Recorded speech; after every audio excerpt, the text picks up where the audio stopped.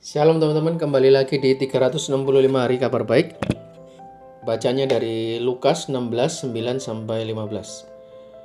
Yesus berkata kepada murid-muridnya, "Ikatlah persahabatan dengan mempergunakan mamon yang tidak jujur, supaya jika mamon itu tidak dapat menolong lagi, kalian diterima dalam kemah abadi.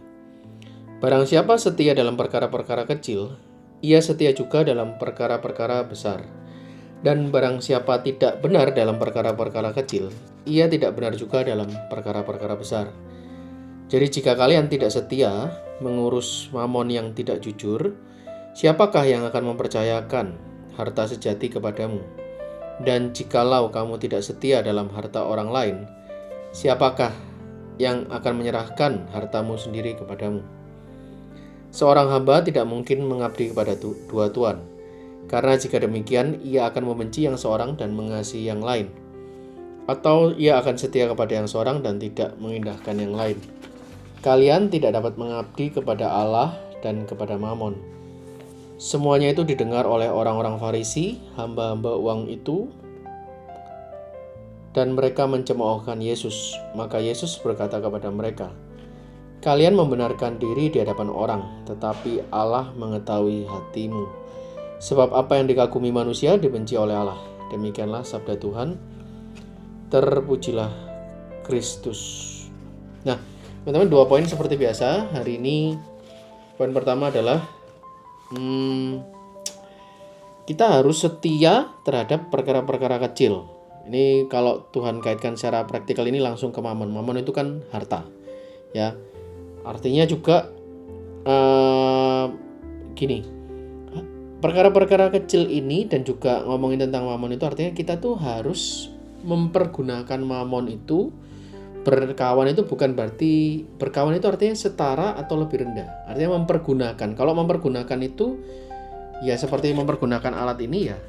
Berarti alat ini ada di bawah kendali kita, di bawah kendali saya. Maka pola pikir yang benar dalam kekristenan, bukan Tuhan itu tidak suka dengan harta. Harta kan ada harta surgawi, ada harta duniawi. Nah, mamon ini adalah harta secara dunia. Nah, apa yang terjadi jika kita sebagai orang Kristen tidak mampu atau kehilangan kendali terhadap mamon atau uang tadi? Jadi kita yang dikendalikan. Makanya firman Tuhan dalam Timotius, dalam Injil Sinoptik yang lain, itu berbicara tentang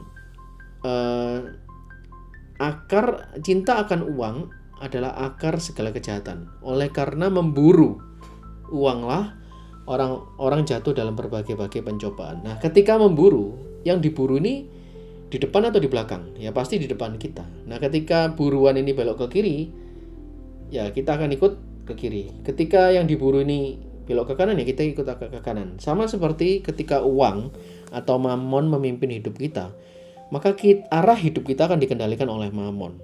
Nah, poin pertama di sini, Tuhan pengen kita tuh setia dalam perkara kecil. Perkara kecil ini adalah mamon. Dan uang ini adalah masalah kecil di hadapan Tuhan, bukan sesuatu yang besar. Jadi komitmen yang pertama adalah, pertanyaannya hari ini, apakah kita dikendalikan oleh uang, oleh mamon, oleh harta, atau kita yang pegang kendali bersama dengan Tuhan? Yang pertama, karena kalau kita mengendalikan, ya, maka Tuhan akan mempercayakan yang jauh lebih besar daripada sekedar uang. Yaitu apa? Macam-macam kekuasaan, ya, hikmat, kebijaksanaan, dan yang lain. Nah, terus poin yang berikutnya lagi adalah Tuhan melihat hati. Ya, kalau yang lain kurang lebih sama ya di bacaan-bacaan ini, di ayat-ayatnya. Tuhan melihat hati. Jadi kalau kita bilang, wah, saya ini mengasihi Tuhan, saya ini tidak menyembah mamon, tidak menjadikan mamon itu sebagai arah hidup. Oke.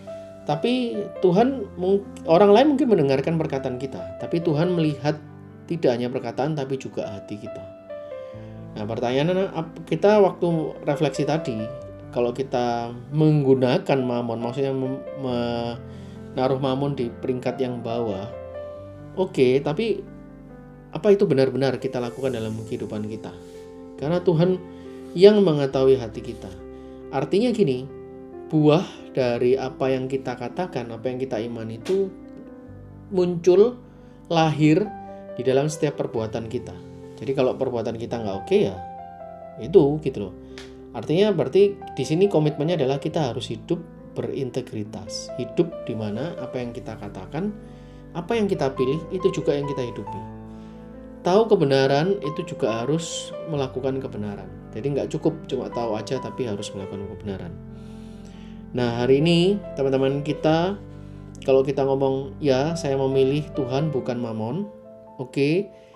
Tapi mungkin kita sering beberapa kali atau sering jatuh atau gagal dan Tuhan melihat hati kita, itu mungkin karena kita gagal atau jatuh karena kita menggunakan kekuatan kita sendiri. Kita nggak menggunakan gereja sebagai komunitas.